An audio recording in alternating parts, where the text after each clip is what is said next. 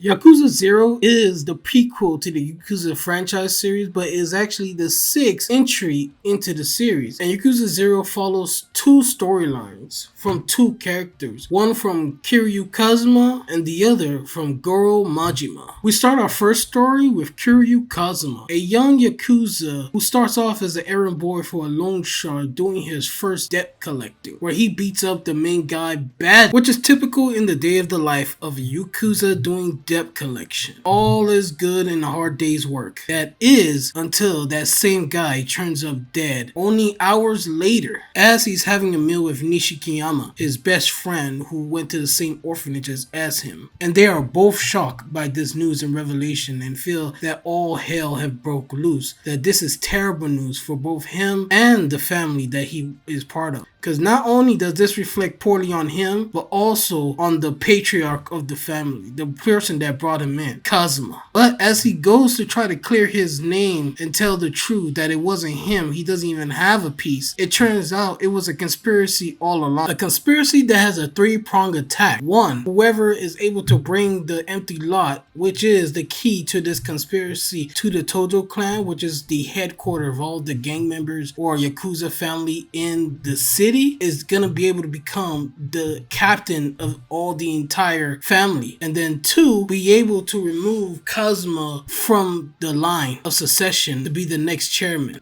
And then three, to get rid of Kazuma, the fall guy, who potentially can be the next Kazuma. And from there starts a race, a game for survival, as Kiryu now has to be on the run and exiled from the clan to not only clear his name, but also find the key to the entire plan of the Yakuza to gain back the good graces, to not only clear his name, but also the lane of his family, the Dojima clan.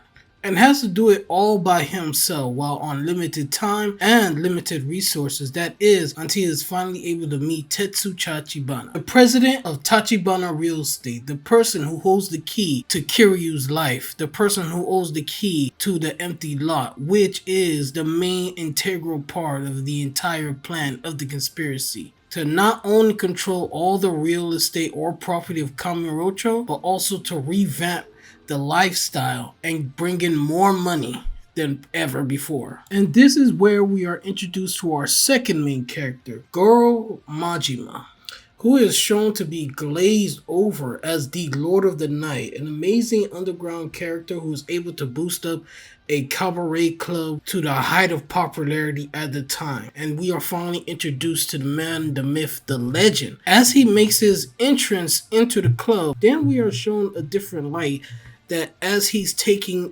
almost a verbal beating from a customer, that this doesn't seem all he was cracked up to be. But then it's shown he was able to turn everything around into a positive light and make that customer spend even more money. As we're getting a round of applause for his brilliant showmanship and get a chance to really know the character in the backstage, we finally see that it's all a facade, that this is not his real persona. It's all a show because he is being punished from the clan because of his rebellion to commit attack on the Yuana clan. An attack that not only failed but put him in exile and his brother on the death penalty in prison.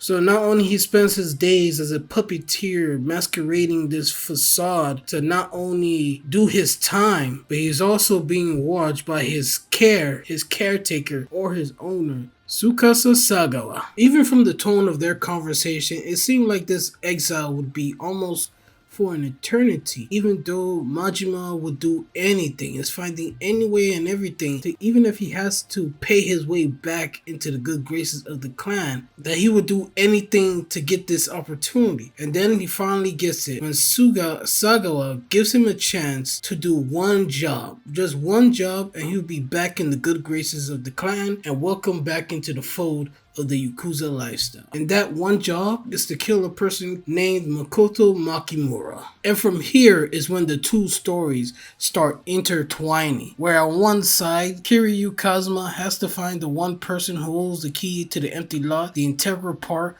of the conspiracy to clear his name and disrupt the entire plan of the clan. And on the other side, we have Goro Majima, whose job was to kill Makoto Makimura, but decided against it because he was hesitant about killing her, about killing a woman who not only felt sympathy for, maybe even pity for. That not only did she lose all her entire family, but was also blind. So not only does Goro Majima have to maneuver away to staying alive just long enough to make sure that Makoto is safe and out of harm's way now that she is being chased by everyone in the Yakuza, either to kill her or to capture her, he now has to stall and protect her from them until she is completely safe and will never be in danger because of what she holds the key to. And it is almost in the final last 2 chapters where it all comes to a head. We reveal Makoto Makura, Kiryu Kazuma, Goro Majima, Tetsu